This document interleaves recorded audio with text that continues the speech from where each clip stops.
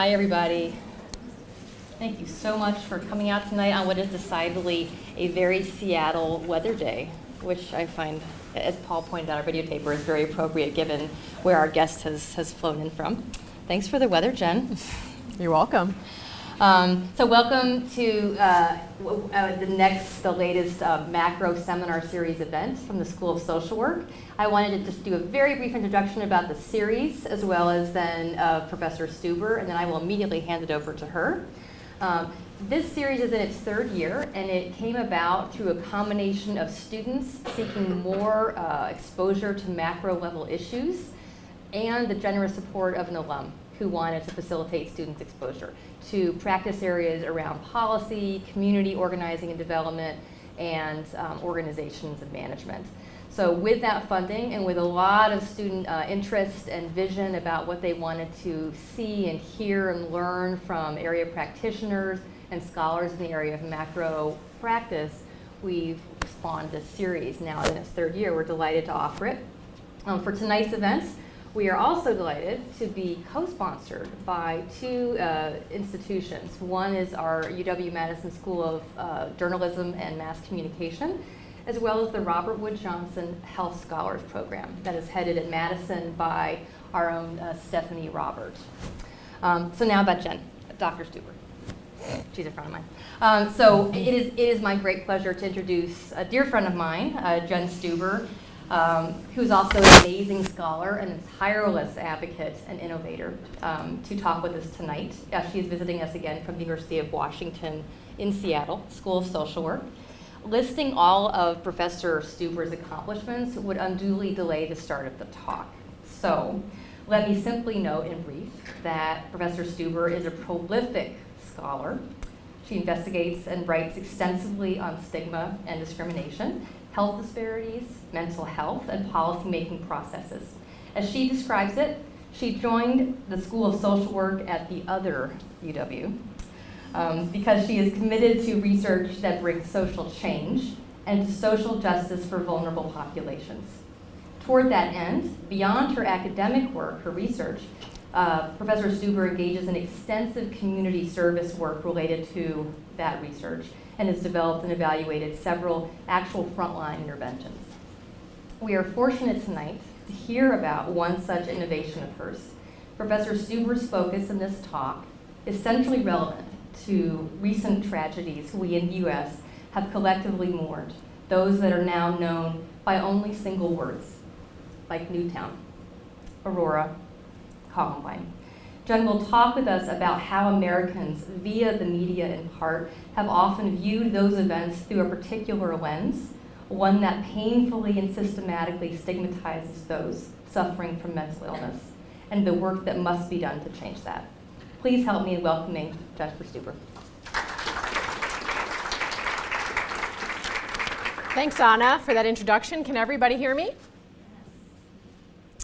It is really a great pleasure to be here at the other UW. I am very impressed by the city in general and the potential opportunities for collaboration between academic and research-minded folks and scholars and social service agencies and the legislature. I think it's just unparalleled here in terms of what you've got, just in terms of geographic proximity to each other. So that's very exciting to me. And then it's just been a pleasure to get to know students here at the university over the last couple of days. Quick question to start us off here. So my work is in collaboration. So as Anna said, I'm in the School of Social Work. So what in the heck would a School of Social Work professor be doing working on a project focused on mass communications and journalism? And so I just want to say that I have very deep collaborations with the Department of Communications and Journalism at the University of Washington. And so they're very much a part of this work because I really do think that when you're talking about intervening and partnering with a different discipline or a different profession other than your own, that it's really important to formulate those collaborations and not speak as an outsider who's not informed about the norms and values of another profession or discipline. So I was very excited that Anna was able to kind of try to pull off, not easy thing to do in an academic setting at the talk and pouring rain at 6 o'clock at night, able to try to pull off a cross-disciplinary audience here in terms of social work and communication. So if you're in the social work school, would you mind raising your hand? Okay, so, and then if you consider yourself more of a journalism communications person. I know we have at least one. Yeah, okay, so well in the future, but this is the kind of thing I do feel like this kind of cross-fertilization is really, really critical and important. And I think this topic will be a great example of where this cross-fertilization is very important, will become painfully obvious. So another show of hands. How many people in this audience have been personally affected by mental illness, either because they have a diagnosis or someone close to them has a diagnosis of mental illness? Okay, so that's, you're not alone. It's literally going to be, half of all people in the United States in the course of their lifetime are going to experience some kind of significant mental health challenge. So there's no such thing as a static group of people with mental illness, mental illness really touches all of us, I guess, is the main message here. So my goal for tonight's presentation is to present to you some of the research on media coverage of mental illness, to discuss the ramifications of this coverage for shaping public attitudes and really the American conversation about mental health. And then I'm also going to talk to you about an effort that we're undertaking in the state of Washington that's really focused on trying to improve media images of mental health and mental illness. And I'm going to try to keep my remarks to somewhere around 45 or 50 minutes. Because of this configuration of this room, I'm probably going to say that we should hold questions until the end. But then please don't be shy at the end in terms of coming up and asking questions. I guess Anna's going to go around with the microphone for that. Okay, so you all heard, read, and saw the horrible news. On December 14th, 2012, Adam Lanza, age 20, fatally shot 20 children and 6 adult staff members in a mass murder at Sandy Hook Elementary School in Newtown, Connecticut. This incident is the second deadliest mass shooting by a single person in American history after the 2007 Virginia Tech massacre.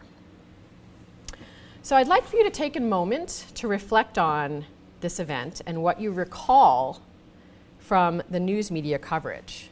And if you would, just take a second to think about, take a minute or two to think about these questions that I posed up here on the slide, and then maybe share them with a neighbor. So please, just take a minute to think about these questions and share your thoughts about it with a neighbor. Okay, let's come back together. So I'm being asked for the purpose of the video, to actually read the questions so that people understand what we were talking about in the background. So what was the cause of the shootings in Newtown, Connecticut?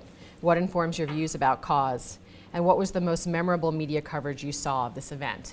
And if you're okay with it, I'd like to actually take a couple of responses to each of those questions. And Anna's going to go around with the mic now. You I think, repeat what they say, or whatever. Okay. All right. Well, so let's just take, if you wouldn't mind just speaking up for the video. What was the cause of the shootings in Newtown, Connecticut, in your view, and what informed your views about the cause? Anyone brave enough to start us out here? Thanks. Yes. So there was a report about a motive that ended up not being terribly accurate at the end of the day. Okay. So you remember that. Why do you think you remember that? Right. So your views on cause were very much informed by what you saw in the media, and you saw it as there was a trigger there and a mental health issue there that you were aware of because of that coverage. Any other thoughts about causes? Thank you very much. Okay, so great, I'm glad. So you should probably come give this talk. No, seriously, so you're looking at the news media coverage with a bit of skepticism. You're media literate and concerned about what you're seeing in the news coverage. So that's great. Any other thoughts about cause and what they think caused the shootings in Newtown? Yes, in the purple sweater. It was okay. So good. So that's great. So you're getting some information. It's not particularly accurate, or it doesn't resonate for you. Similar comment to up top. And then the second question, what was the most memorable media coverage you saw of this event and why? So just a couple of people want to share what was memorable to them. I mean, you're saying things that you guys highlighted, flagged around the coverage that could be problematic, concerning. But what about things that were just memorable? Yes. So you were concerned about that, but it was also very memorable to you. because it was heart-wrenching, and I mean, I'm assuming that it was difficult for you to hear. Okay, thank you for sharing that. And anyone else want to share what was memorable? Someone in the gray sweater back there? Right, so that feeling that there are people who were very moved by that story because they could actually relate to it in terms of their own family members. And then one other, do you want to say something? The most memorable coverage for me was an image, and it's similar to the Arizona shooting, and it's similar to the Aurora shooting. It was the picture, the mug shot, or the headshot they chose to show repeatedly as a proxy for Adam Lanza, where he's got the giant bug eyes and looks very terrifying. Right. So not a shot of him at home peacefully with his mother or something from the past. But right, the most purposely really jarring, scary, fear-inducing photo. Okay, so some takeaways from this conversation, I think, are, news coverage, shapes our public attitudes and understanding of events and issues. Certainly, we're getting our understanding of this event and issues vis-a-vis a filter that is the news media. So, obvious point. And that mental illness is used as a common explanation for violent crime, such as this. Like, there's an idea that even though Adam Lanza actually never has formally been given a diagnosis of any kind of mental illness, there's this idea that's really deep-seated in our culture and in our society that for something like this to have happened, it just had to have been wrong with that person. And so we go to that explanation of mental illness. And then the more sensational, I think we're consumers of media. And so the more sensational and heart-wrenching the story is, in a sense, the more coverage that it actually gets. And so that's actually, one of the factors kind of underlying the very coverage that I think people in this room are potentially very skeptical of. So just to kind of bear that in mind as we get started.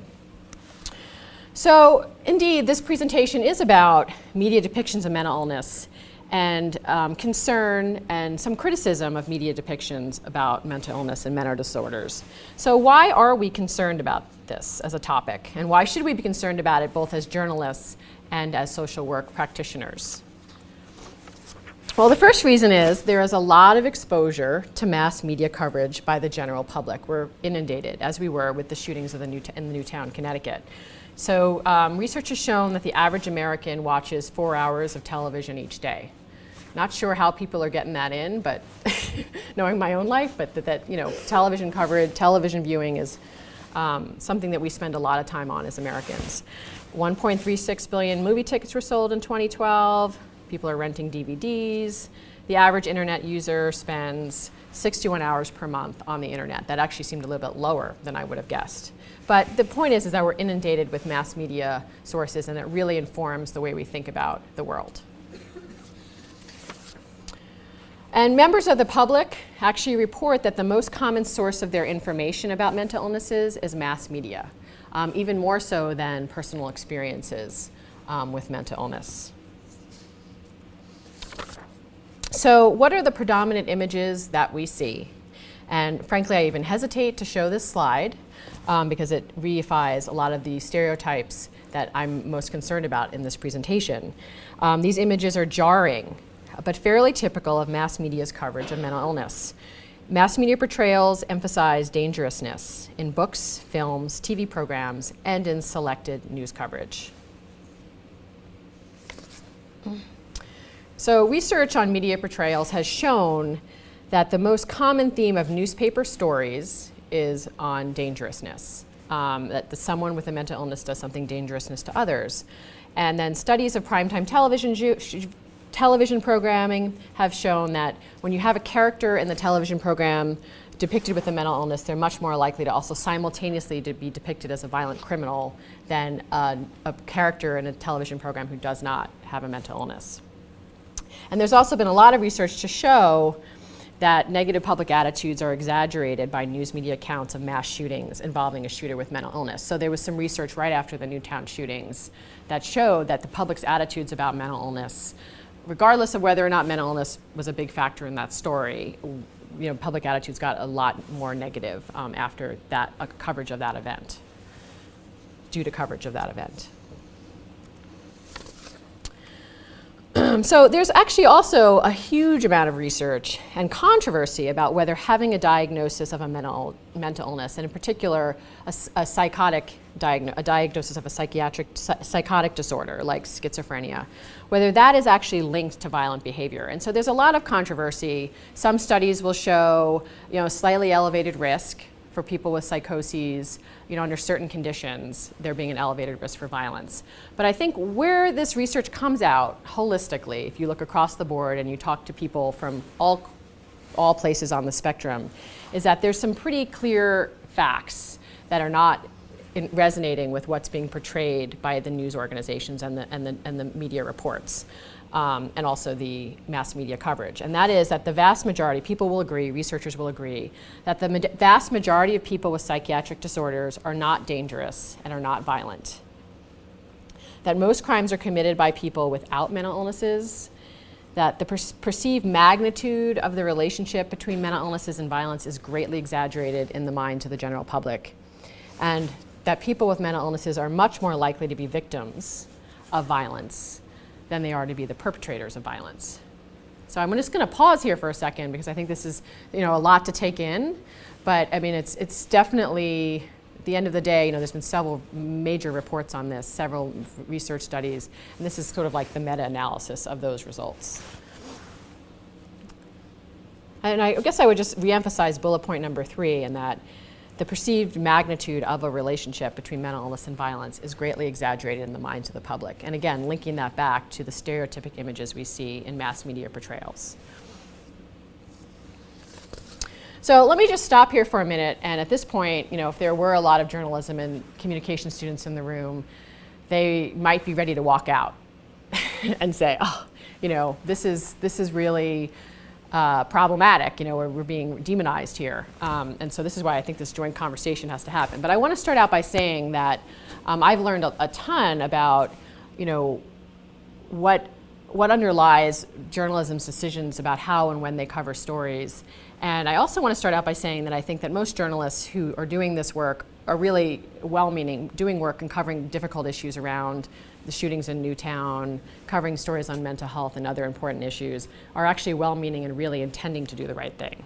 And I want to say that there has been a lot of accurate depictions of mental illness, not just in news media, but also in mass media coverage. So just a couple of examples, A Beautiful Mind, the film A Beautiful Mind, Canvas, New York Times has done several stories in-depth stories on different mental illnesses and recovery from mental illnesses. So I want to say that there is accurate depiction. And I also think there's been some really, really important investigative reporting, and I would describe it as high quality news coverage on some of the abuse and neglect that goes on within our treatment system. And sometimes I also get frustrated by these stories because I think that they reinforce some of the stereotyping and also don't convey a deep enough understanding of the mental health system itself and how the ways in which it can break down. But I want to say that there's also some really good media reporting, mass media portrayals of mental illness. So I really want that message to be loud and clear. But in addition to the dangerous theme, again, what we often see in the media coverage, mass media coverage, is to the trivialization of mental illness through jokes and cartoons, in advertisements, and TV programs and comedies. And I can tell you, I'm all over this as a parent of 2 young children in terms of what I read in children's books. I am constantly, when reading with my children, find myself screening out certain sections of the book or having to talk through certain phrases or comments that are made about that are dehumanizing towards people with mental illness when I'm reading stories with my kids. So that's a little bit scary. It just shows you how endemic it is and how they talk about the fact that these stereotypes vis-a-vis exposure to mass media coverage actually really start at very, very young ages. 2, 3 years old is where the research says it all starts.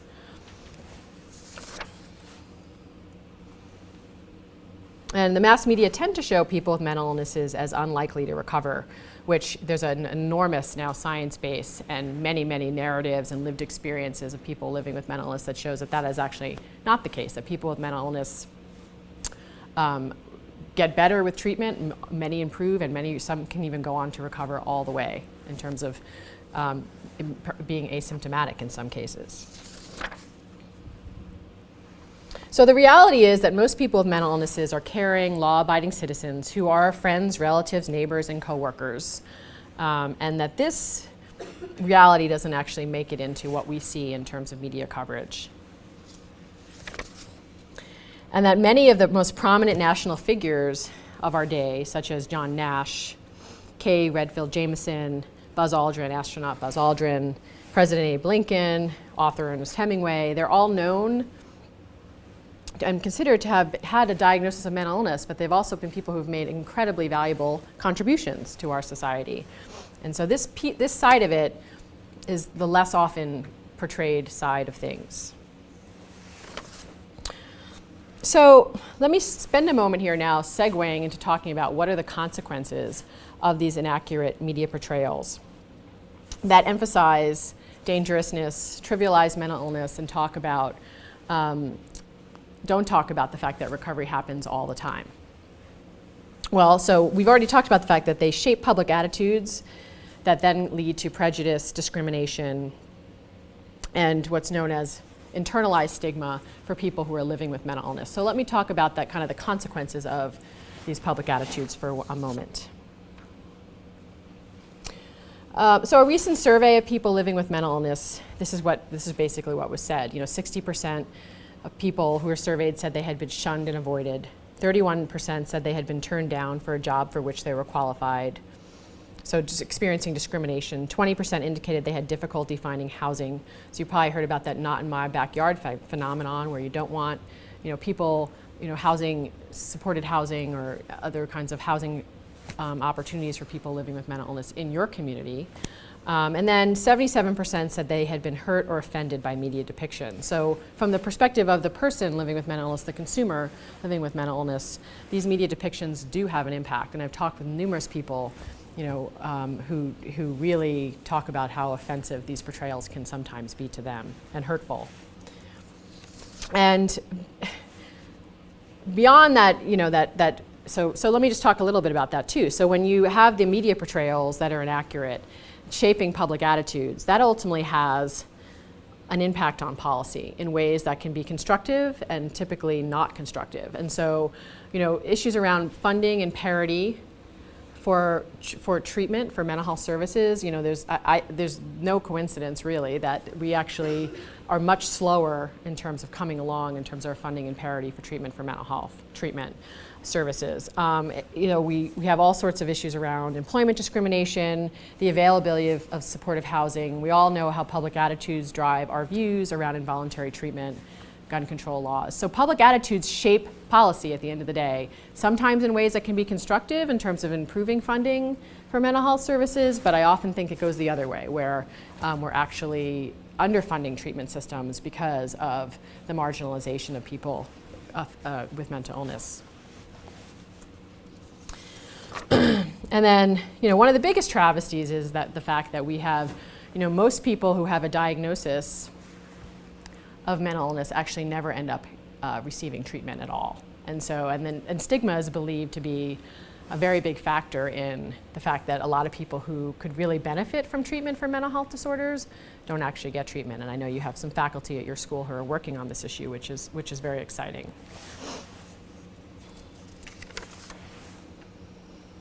And then just back to that point about people with lived experience, consumers actually talking about feeling shunned and feeling hurt and offended by media depictions. It actually goes beyond that in terms of the ramifications of media coverage, and that, what can happen is this internalized stigma that occurs from internalizing these negative societal stereotypes, these social constructions that are imposed upon people with mental illness.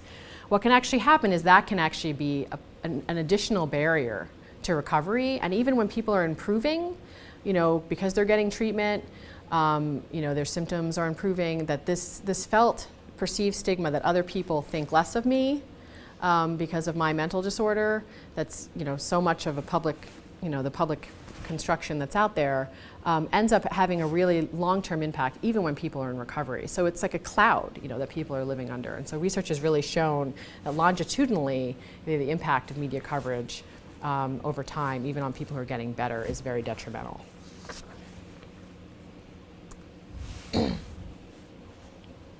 So hopefully at this point, I've made the case successfully that there's a reason for why we should be concerned. I've made the case that we've got inaccurate media portrayals, and there's a reason why this is a social injustice issue that we should be concerned about. But how do you think about changing something that's so, endemic to our culture and to our society? This is a large problem. And so how do you actually think about changing it? So I'm not going to pretend that I actually have the answer to that entirely, but I do think that some of the work that I've been doing in the state of Washington in the last couple of years is heading us in the right direction. So I'm going to talk about an intervention that I've been developing in the state of Washington that's a collaboration working between journalists and community members, and let's see where it goes from there, see what you all think about it in terms of an intervention approach. So first off, I've actually been talking to you a lot about the fact that when I talk about mass media coverage, I'm not just talking about newspapers. I'm talking about what you see in television, fictitious television programs, what you see in movies, what you see on the internet. But the intervention that we did in the state of Washington was really focused predominantly on daily newspapers. And so why is that the case? Well, the main reason is because, again, I'm telling you that we're trying to tackle a very large problem here, but journalists, there's a way in which I think they would be responsive to messages about changing and improving news media coverage that some of these other entities like Hollywood and Hollywood producers would be less inclined potentially to be receptive to the messages. But basically, journalists actually really pride themselves, their professionalism and ethics, they really prize themselves on doing accurate reporting. News organizations really care about portraying issues in a fair and balanced way, at least if you ask some of the editors and publishers of some of the more local news organizations. And I think that there's journalists, by and large, they're fairly well-educated people who actually want to do their jobs well. And so I think a lot of what I learned very on through collaboration with folks in the Department of Communications and Journalism at the University of Washington is that what's really critical here is about framing this issue of concern and social justice concern that we have about media depictions of mental illness in a language that journalists can understand. And these are the things that drive journalism practice, not so much the concern about creating prejudice and stigma and discrimination. Sure, they're concerned about that if they think they're having a detrimental impact, but primarily this is what drives journalists' motivations when you talk with them about the need to improve news coverage. So what was the first thing that we did as far as developing an intervention with news media and communities? The first thing that we did was we looked at what were some of the existing recommendations, guidelines that exist around covering mental illness in the news and basically sought to improve them. And how we did that was we took the existing media guidelines and recommendations out to journalists in our state and asked them for some help kind of fleshing them out.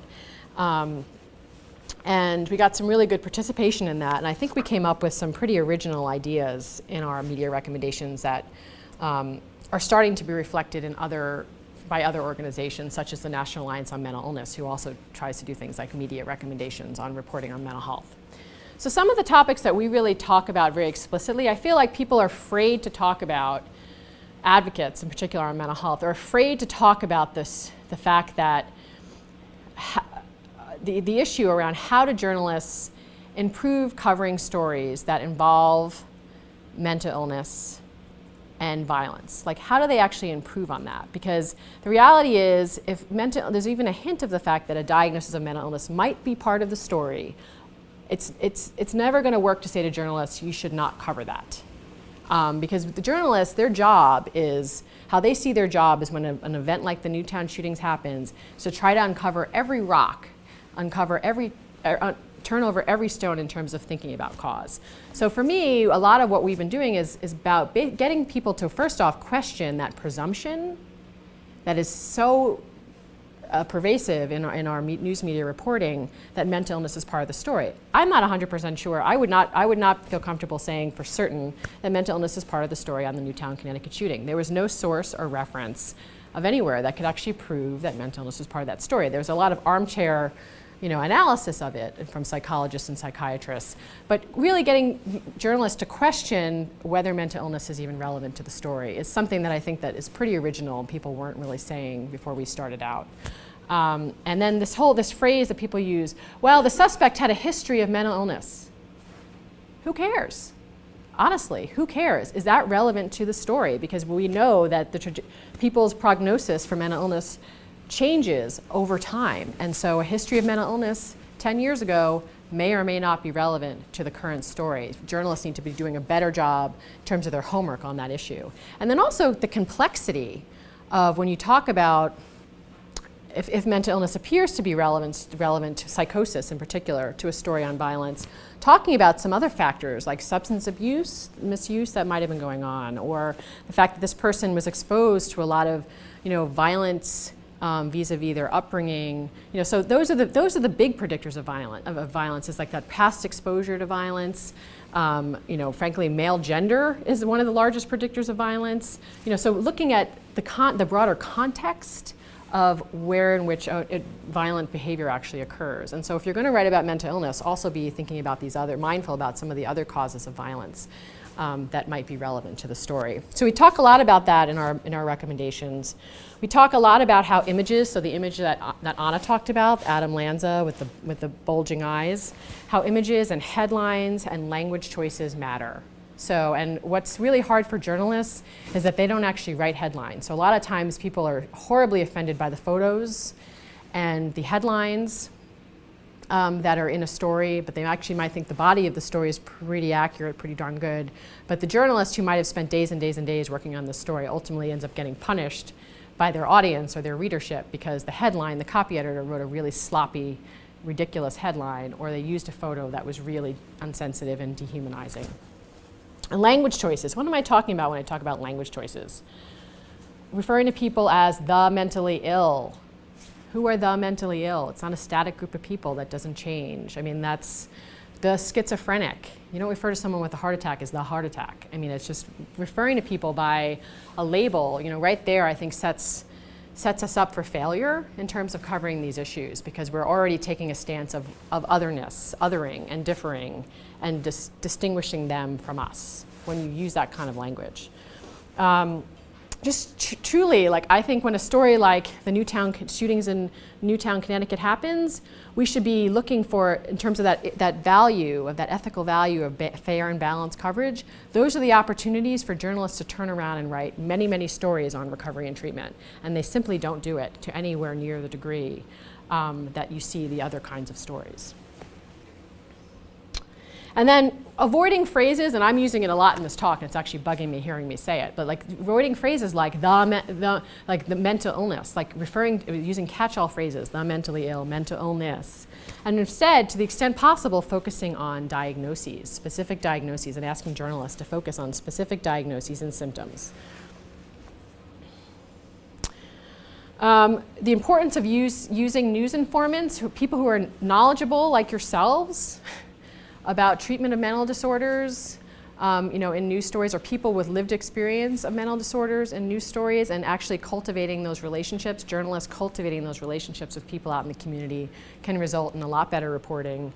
We do a whole bit on covering suicide, which I won't go into in detail here, but there's a lot of things that journalists have to kind of watch out for when covering suicide. And then I already talked about this issue of the need to use respectful language when you're reporting on mental illness.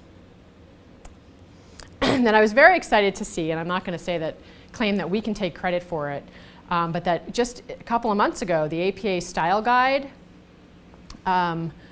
which is the Bible that journalists use in terms of reporting, actually has their first entry. It's quite historic, actually, in my view, that the APA Style Guide now actually has some guidance for journalists on how to cover mental illness, and some of the very topics we raised around issues around, questioning, for example, is mental illness even relevant to the story, are some of the very issues that within the journalism community itself we're actually starting to see some changes and some transformation, which is huge. Okay, so part of our intervention was kind of getting clear about what our messages were to journalists, but not only to journalists, to community members, about what are kind of some of the things that reify negative stereotypes, and what are some of the ways in which you can improve reporting on mental health. But that message is very clear to get that consistent for both our journalists and for our community members. So one of the things that we did was that all news is local. So if I'm talking to a journalist in Seattle, Washington, they want to know people in Seattle, Washington. They want to know treatment providers, and they want to know people with lived experience in mental disorders, and people in the treatment system who live in Seattle, Washington. And they don't want to necessarily be interviewing people all over the country. So in order to, one of the big gaps in this work is that journalists often don't know who to go to, who to reach out to make a story accurate. And so this is where I see like a venue like this as being really important, because I don't think that typically social workers, for example, working in mental health, view this as part of their obligation as far as being a practitioner to engage with media. But the reality is mental health practitioners need a lot of help. They're generalists. They're trained as generalists. People in this room are the very people who know the most about these issues, and so they need to be available and ready to talk with journalists. And those relationships and networking actually has to occur at a local level if we want to see consistent, sustained improvement in reporting. So what we did was we actually recruited people within 7 communities in Washington State. These were people living with mental illnesses. These were family members. These were mental health professionals. These were people working within the treatment system. We basically gave them some tools around media advocacy and how do you effectively be a media advocate in terms of how do you write letters to the editor, how do you respond to story comments, how do you write op-eds, helped forge those relationships on the community. We invited journalists to this training and gave some perspective to the participants at the trainings into what is a journalist dealing with on a day-to-day basis, and what are the things that drive news coverage, and how can they actually work collaboratively at a community level to change some of these issues. And then we actually visited the 7 newsrooms in those communities, and at this stage we didn't do a very kind of formal training with these journalists. Journalists, I don't actually think that would ever go over very well, but we did actually manage to convene conversations, dialogues with journalists in these 7 newsrooms. And we talked about our recommendations and some of the challenges that they felt in terms of being able to do this job well, in terms of reporting on mental health in the news. Okay, so after we did all that, which took us about 6 months, 9 months, that was fun. I just had a baby, and it was really fun doing all that traveling throughout Washington State. But anyway, the task was really then about responding and monitoring and responding to news coverage on a consistent basis for a couple of years, and that's what we had funding to do, so to respond for a couple of years. And one of the things we did was we developed a website on how to improve mental health reporting that our audience is focused really on journalists and these community members that we had just trained. And it was really about trying to get out there, disseminate those recommendations that we talked about earlier. So I guess there are really kind of, in terms of responding to news coverage on an ongoing basis and working with communities and journalists, communities in particular, on how to do this, I guess we really used, I'd say, 4 main strategies that I'm going to talk about and give an example of each strategy in this talk now. The first one is a strategy of praise. So one of the things we heard very early on in our dialogues with journalists and newsrooms was, it actually is really great when you catch us when we're getting things right, and you tell us when we're getting things right. Like, that is actually a much bigger motivator than catching us when we're getting it wrong. And so that actually makes a lot of sense. Like, if the idea here is that we're trying to form relationships between community members and journalists, you definitely don't want to be the person who's constantly yelling at that journalist, because that person's going to eventually stop taking your calls. And so you want to be able to be a person be able to see the positive, the good with the bad. And so one of the ways that we tried to kind of institutionalize this in Washington State is that we give out a statewide media award every year based on responsible, accurate media reporting on mental health. And we actually use our community members and our broader mental health community to actually, and journalists, to actually select the recipient of the award. And then we give it out in this, we award this journalism award at the state's mental health conference that we have. And so that's something we've been doing for the last 3 years, and we hope to keep, in place. And I'm trying to get really the Community Mental Health Association to really own this award. It's something that they're doing and carrying on and sustaining. Okay, so we talked about the strategy of praise. The second strategy is around protest, and that's really, I would say, limiting that to the most egregious, not never using it, but limiting it to the most egregious portrayals. So not every single time the phrase the mentally ill is used. Is the mic still off or no? Nope. Okay. No? Okay. People hear me now? Yep. Sorry about that. I hope that wasn't going on for too long. No. Okay. So reserving that really important and powerful criticism for cases that really, really are clear, obvious examples, and not necessarily going after every single little nitpicky thing you could go after in a story. As important as it might be, some of these language issues, I learned pretty early on that I definitely don't want to, I'd rather not alienate a reporter because they use the term the mentally ill, that it's more important to me to keep that relationship with the reporter and find some other ways to have a constructive dialogue around these issues. Personal contact. So one of the reasons why, actually I think the number one reason we don't have good reporting on mental health and inaccurate portrayals of mental health in the news has a lot to do with the fact that the mental health community hasn't stepped up to the plate to be partners in this. I think that giving journalists access to good stories, talking about our successes in the system, and letting journalists know about our successes in the system is really, really critical. And then this issue around partnership and relationship building between the mental health community and journalists, and getting us all on the same page in terms of what we'd like to see in terms of reporting and some of those recommendations we talked about. So those are the main strategies we've been kind of using in our intervention with journalists. So I'm happy to report on the statewide media award. We've actually, our coalition members, the people we trained in communities, have really been quite successful in pitching some pretty amazing stories. And so I'll never forget the first time we actually proactively tried to pitch a news story this time it was called the Seattle Post-Intelligencer, a newspaper that subsequently went out of business, but Seattle's second largest paper. I'll never forget when we first started this work, making that first call to a journalist, pitching a story about a person living with mental illness who's now a peer support counselor living in recovery, and then getting the word from the journalist, not knowing after we'd pitched the story and we knew that the relationship had been formed, getting the call from the journalist that there's going to be a story printed tomorrow and all that anticipation. And then basically coming to the newsstand the next morning and seeing this headline, the story of mental illness and recovery is still being told, as opposed to, person with mental illness kills somebody, whatever that headline is that we're typically seeing, this is the kind of headline that we're looking for.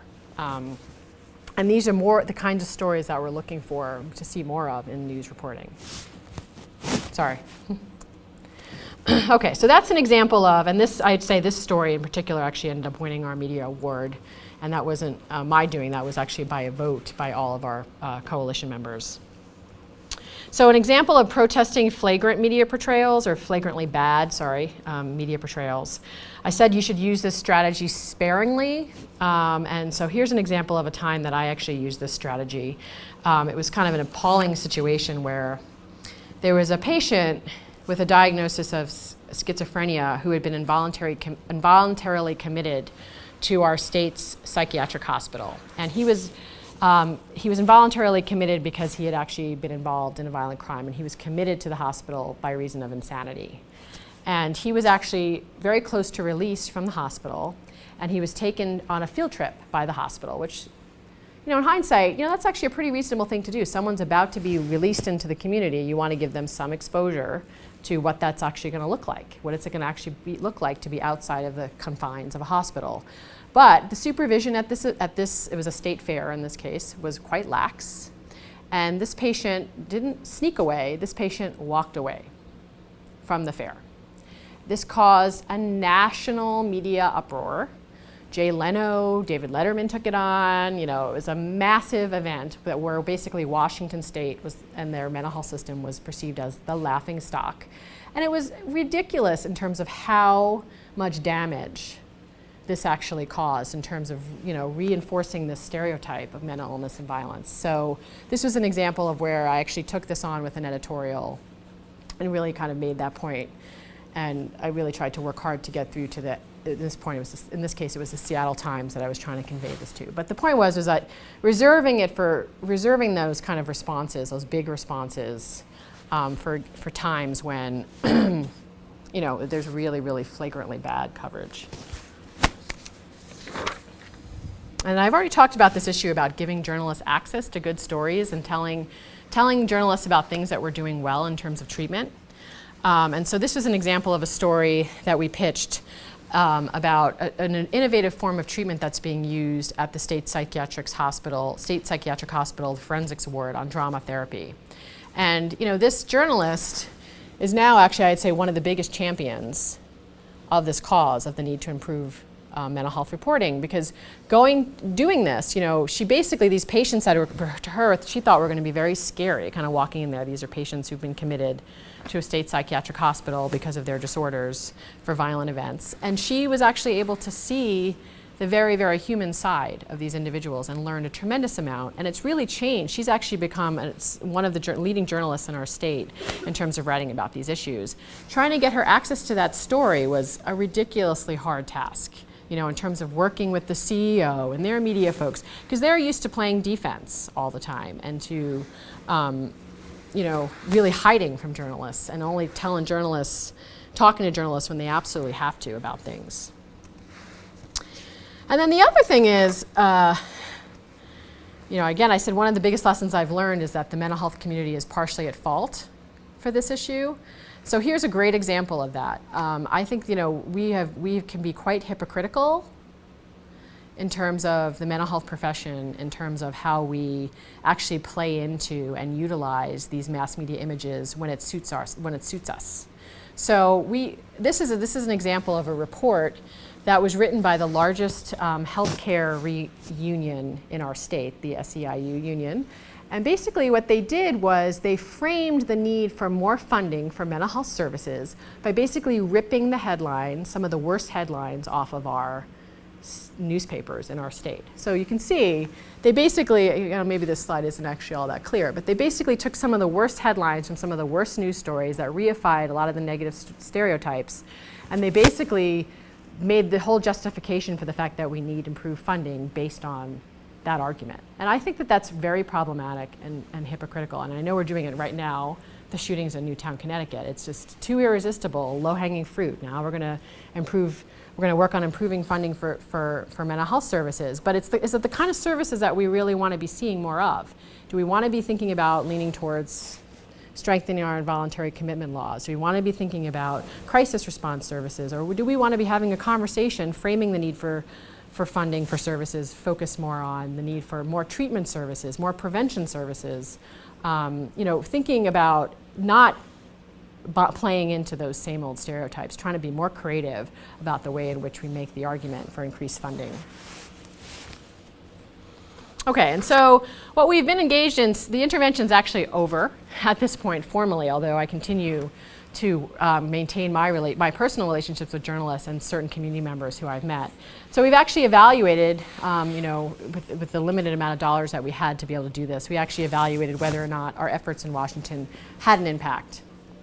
And so basically what resulted from the 2 years of work in those 7 communities, we had 42 original news stories and opinion pieces that were generated from our engagement, which I think is pretty darn good. I was actually pretty proud of that. Sometimes your evidence is just in what you see come out. And then in terms of tracking news coverage, so ideally you'd have a multi-pronged intervention strategy, you'd have control communities, and that's the future. But the point is that we were actually able to see some trends and improved news coverage, basically in terms of just a sheer increase in the number of stories that actually had a theme that was focused on recovery or treatment. The part that's challenging is that where we weren't able to see a change in is that in the period of time that we were doing the intervention, there was actually an increase in events, violent events in our state, where a person with mental illness was implicated in those stories, rightfully or wrongfully. And those stories actually, we didn't actually see a decrease in the number of stories on mental illness and violence, but we saw an increase in our results in terms of the number of stories on recovery and treatment. So we don't have the ability to affect external events in terms of doing this research. This is not your typical intervention trial. But still a very important natural experiment that we're trying to do here. Not a natural experiment, it's still a very important intervention we're trying to do in a real world setting. And then I would also say, I think this work for sure is going to require a very sustained effort and concerted effort over time with ongoing technical assistance and support to both journalists and to community members to do this work. So yes, that's really the next steps in terms of my own scholarship and research in this area, is first off really establishing a firm scientific basis for the media recommendations, for the specific intervention strategy that we developed in Washington, and for the time frame that's actually needed to actually improve reporting. So there's a lot of unknowns. Like, I guess I would say that what we did in Washington was a pilot study, really, of an intervention with news media and communities. And, you know, in terms of the media recommendations, you know, it's really about trying to report things as fairly and as accurately and in as balanced a way as possible holistically in news coverage. But the reality is we don't actually really know, you know, whether specific recommendations that we're giving, how they actually affect public attitudes. So there's definitely a need for further research in terms of, you know, the recommendations, understanding how the intervention works, what components of the intervention are most relevant. So that's kind of my next stage. And then once I have a better understanding of that, then it's really about growing a global network of journalists who are really committed to improving mental health reporting and really focusing on the next generation. And when I say next generation, I mean focusing on journalism students and mental health professionals who are in training, because I think you're most receptive to kind of, in your case, in the mental health professional's case, seeing your role, your potential to impact change when you're getting this at an early stage in your career development, as opposed to a later stage when you're, you know, working in that environment already of, you know, where there's all kinds of constraints and challenges.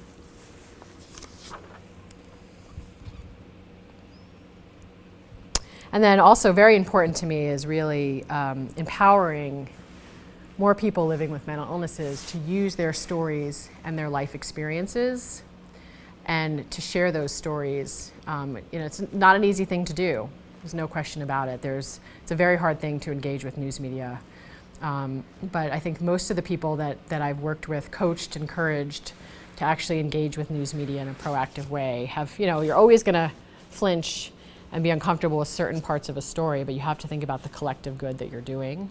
And so really empowering more people to be critical of news coverage, but also to engage with news coverage in a proactive way.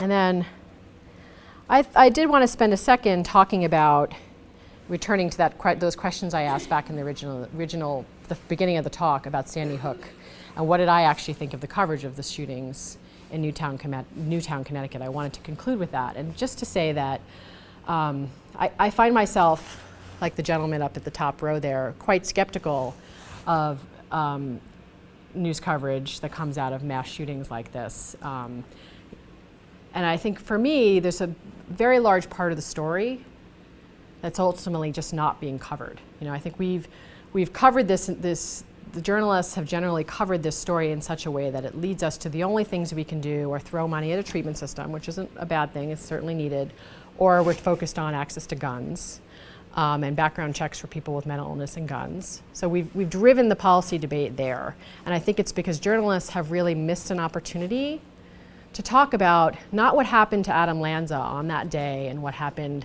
you know, in the few months leading up to that event and in the immediate aftermath. But we missed an opportunity to talk about all the ways in which his community could have intervened at a much earlier time. You know, what was happening to Adam Lanza when he was 1 year old or 4 years old, when he was first showing signs potentially of issues that are of concern?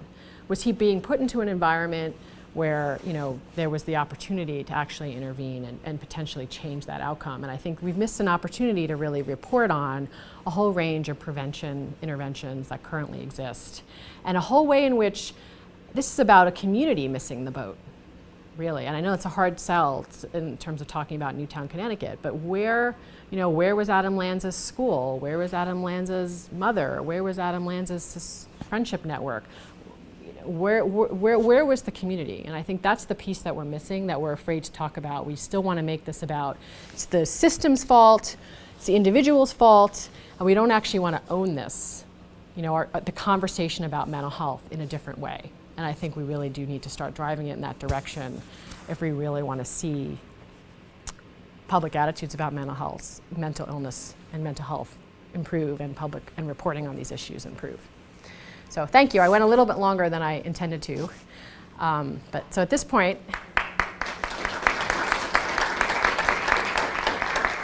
be happy to take some questions. I'm not sure how to do that if the mic's not working. This one. Oh, right, yeah. So you take that and you just need to repeat Oh, okay. what they say. Okay. So if you wouldn't mind kind of shouting down, and then I'll repeat your questions as they come in. Yes, in the gray sweater. So that's a fantastic question. So the question was about, you know, the news industry is changing so dramatically. Some of the mom and pop kind of papers in local communities are going out of business. Journalists are losing jobs everywhere. The cable networks are taking over. Is there a possibility to intervene? Is that a fair summary of your question? Okay, well, so the answer to that is, so remember I was talking about these external factors that are happening here that are actually make it very challenging to think about intervening to change these things. And so again, in a very kind of controlled environment. But I will say that, well, so first off, I will say there still is, you know, we got to start somewhere. And there still are a fair number of people who actually read daily news. And daily news is actually a really good place to think about intervening because they actually do shape the agenda for even those cable networks sometimes. And then I think if you can prove that you can actually influence reporting practices at that stage, then you can start to think about reaching out. But I don't think that, you know, it is harder to get the attention, for example. So getting King 5 News to cover mental health stories. Actually, I've had a fair amount of success by working with local television stations. I do think it's possible, some ways, to get the awareness of some of the national cable stations. So I do think it is possible to intervene. But I think you have to kind of start somewhere and start where you think you can actually have an impact first and then kind of work your way up. And I do see this work as building. Like, I feel like the conversation is changing around how we cover mental health, and I think that AP style book change is, you know, some of the best evidence that we actually have of that. But I think it's a fantastic question. And it's not an easy time to be a journalist right now. It's actually a very sad time. I'm always here. Another big issue that, you know, it kind of is implied by your question is that journalists aren't given the time and the luxury to report on these issues. They're less and less being given that luxury to actually go out and do in-depth reporting on an issue. And so that's actually a big problem too. So we have to, part of it is, I guess I would say in this room, I hope you're all buying your local newspaper. How many of you actually are? 2, 3, 4. Not many people, and so that's part of the issue, is that within the way in which we're seeking our sources of news coverage actually has an impact on that larger industry. So, great question. Yeah, so that's a fantastic question, and the answer to it is no. At this point, we have not done that, and that's where I'd like to go at the next stage of this research. Oh, the question was, have we looked at had the public attitudes shifted because we're working on shifting news coverage? And the answer to that question, I mean, we have not tied that to our research yet, because this was really just scratching the surface, working with a limited number of news organizations. But that, you know, there's a really logical way in which we could then, you can imagine looking within those communities and seeing whether their attitudes are shifting within those communities. I would never claim to say that we're shifting the public dialogue about mental health based on this work that we've done in Washington State in 7 communities. But I think that that's definitely looking at like multiple potential outcomes. So did the coverage actually improve based on what you can measure in terms of the actual reading the words on a page or seeing, analyzing video footage from a cable news broadcast? Did the news actually change in terms of the coverage improve? Did community attitudes change? And then also, I think you can look at this in a kind of an experimental way by showing the public different framings of how different ways in which journalists might frame a story. Show them different stories and look at it in an experimental way in terms of, are attitudes better if you show them one framing versus another framing? So that's all kind of the next stage of the research, but I think that's a very important part of it. Okay. But we definitely know from research that mass media shapes public attitudes in profound ways. Now it's in this area around mental health, it's figuring out, what are the most constructive ways to write about mental health, and then making the case to journalists and training journalists on that, and also the mental health community on that. So that's a fantastic question. The question was, what's the sense about framing mental illness in terms of biologic genetic causes and what impact that actually has on public attitudes? Okay, so there's actually been a fair amount of research on this, and this is an example of where I think the mental health community has kind of inadvertently stuck their foot in it in terms of not being helpful. So that whole idea, that whole framing and phrasing, mental illness is a brain disorder, has actually been shown to actually cause quite a bit of fear in the minds of people of the public, and actually it's been shown to exacerbate negative stereotypes about people with mental illness. And I think it's simply the fear that you can't change that. You can't, it's very deterministic to say that. And so what we would say, and what we actually say in our guidelines, is talking about the fact that the causes of mental illness are complex, just like the causes of violence are complex. That mental illness is in part, part of it is a biologic issue, part of it is around genetics, part of it is, so there's some biological explanation, but then there's also circumstances, around parenting, parental exposure, trauma exposure, alcohol and substance abuse, all of these things. It's the interplay of factors that, and then it becomes less scary and determinative than saying it's a brain disorder. There's nothing you can do to change it. And so I do actually have a strong view on that, and I think it's backed up by research. It's definitely backed up by research. Great question. So that's great. So the question was around, as mental health professionals, we have, obligations around confidentiality, and there's power dynamics. And so if your suggestion is, as a mental health professional to a client, is to, get out and talk to the media about your story, that could potentially be detrimental and harmful to the consumer, to the client. And so I think that's a great concern. And I think for me, it's not. So first off, I would say that there's no coercion involved here. When I'm saying engage, there should be no coercion involved here. People should be at a stage where they want to be empowered to speak to media at a time when they're truly in recovery and are taking on leadership roles, really, like as peer support specialists, or working in social service agencies, or just doing regular things and have a story of recovery that they want to tell. And I think it's got to be, it's all about a story that they want to tell. But I think sometimes for mental health professionals, I think you can play that role of encouraging a client who brings it up with you about how they want to tell their story, which I think we don't actually realize how empowering that can actually be to clients to tell their story. And so I think start thinking small and thinking first, telling your story to maybe your church or your community first. And then the news media is a fair amount of exposure that I think it's the kind of thing you want to leave to someone who's actually had a little bit of experience telling their story, because there's actually some coaching involved in telling your story and kind of getting to the main points and making your points effectively that I think you'd want to make sure somebody had. But I think there's a role for you as a mental health professional beyond just encouraging clients to tell their story. I think that role is around being media literate around this issue and engaging with your local news media and national media as you're seeing it. Like, spending that time. I know it sounds silly, but those online story comments, like I have been involved in some drag down blows with people on these online story comments. And the reality is, I hate to say it, this is actually a good thing. Journalists and news organizations do pay attention to those. So if you can actually have a meaningful debate in those online story comments and actually provide education to someone who's just spitting out foolishness, in those online story comments, that's a contribution. truly. Writing letters to the editor is a contribution. I do this assignment, editorials is a contribution, of course.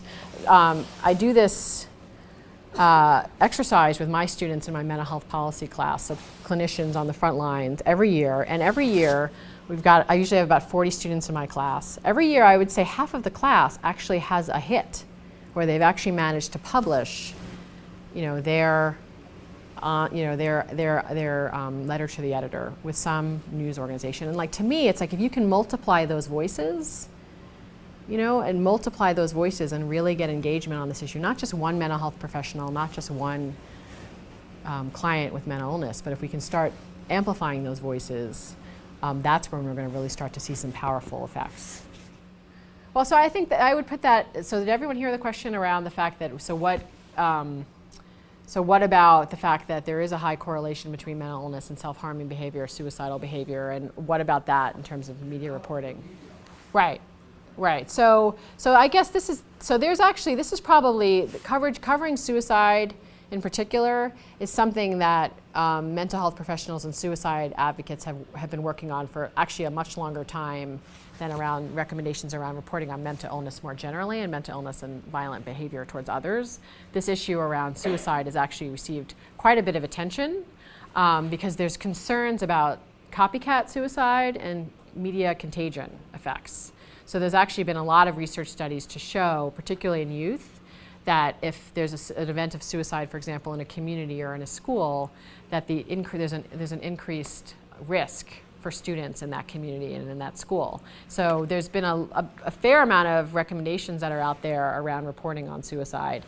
I have to say I actually don't like them very much. And I'm actually one of the things that I'm looking at in my own research is what I think is happening is we've actually clamped down on journalists from writing about suicide. I think we don't do enough covering of suicide and in constructive ways. And I think that as a result, the public is very misinformed and not knowledgeable about the suicide as a public health crisis. And I think the journalists that I've talked to are completely confused about what to do. Should they cover suicide? Should they not cover suicide? When should they cover suicide? When should they not?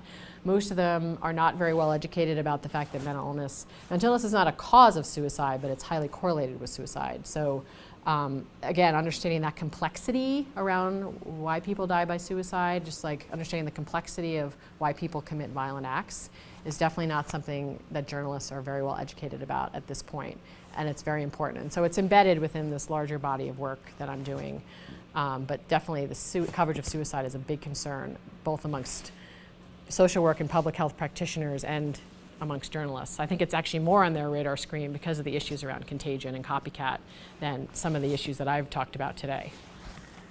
Thanks for that question.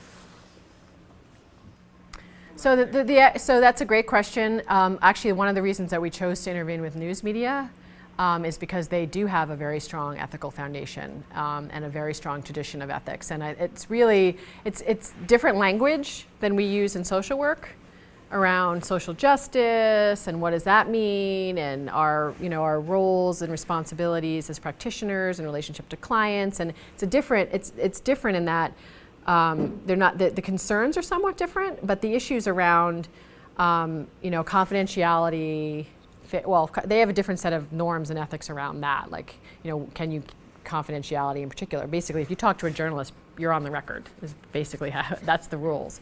But around doing fair and accurate and balanced reporting is really, really a big part of their norms. So that's what I was talking about when I was saying, kind of speaking their language and, actually publishing some of this work that we're doing in journalism and communications journals is actually going to be really critical too. And like reaching, there's definitely, there's a Journal of Health Communication, there's a Journal of Journalism Ethics. They have a very strong foundation in ethics. And I think this work definitely taps into it. And I think there's been precedent. I mean, the fact that they put it in their style guide, there's been a lot of work on lesbian, gay, bisexual, transgendered populations and how they frame it on immigration issues around race and ethnicity to varying degrees of success. You can imagine many different spheres where we could like to see improved media reporting. So journalists are aware of these issues and they do have a strong foundation. So that's one of the reasons why I'm actually hopeful in this work. Well, we have about 5 minutes left, so is it okay to close at this point? I just don't want to make sure that everyone has their chance to say whatever they want to say. These were fantastic questions. And I will be happy to stick around and answer any questions. And I just want to say thanks for coming out and for listening to my spiel. And hopefully you're excited about engaging with media in the near future. And go for it. That's basically, I guess, what I would say. So, great. Thank you so much.